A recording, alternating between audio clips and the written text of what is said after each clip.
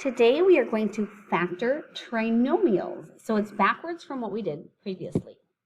So you are going to be given a trinomial, which is something with 3 terms. So in this one, we have some number times x squared, and then some number of x, no exponent, and then a number just by itself.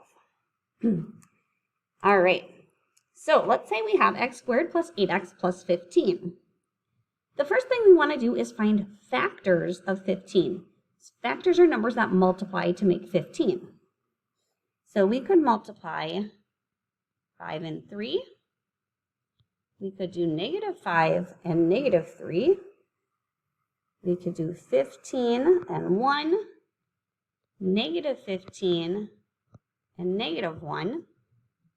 And I think that's it. So now we have to figure out which of these pairs adds to that coefficient of x. Which one adds up to 8? Well, 5 plus 3 equals 8. So that means our answer is going to be x plus 5, that first number, times x plus 3, which is that other number. There you go. All right, let's try another. Find factors of 36. All right, so we could do 9 times 4. We could do -9 and -4. We could do 12 and 3, -12 and -3. Let's see.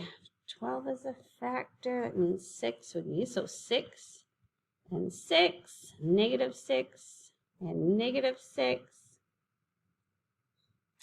and, all right, I think that's it. Oh, and then of course you could have 36 and 1, positive or negative. All right, so of those combinations, which one adds to -13? That would be this one, because -9 plus -4 is -13. So our answer would be x, and then that -9, x, and then -4. There you go. Let's do one last one together. All right, so for this one, we have to find pairs that multiply to make -20. So for the other ones, we had to make a positive number. This one, we have a negative number.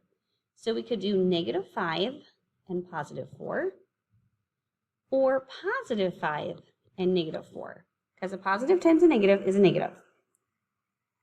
We could do 20 and -1, or -20 and +1.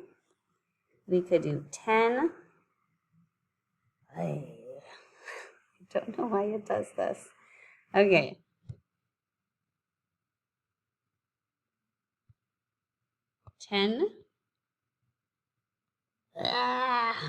This is super frustrating.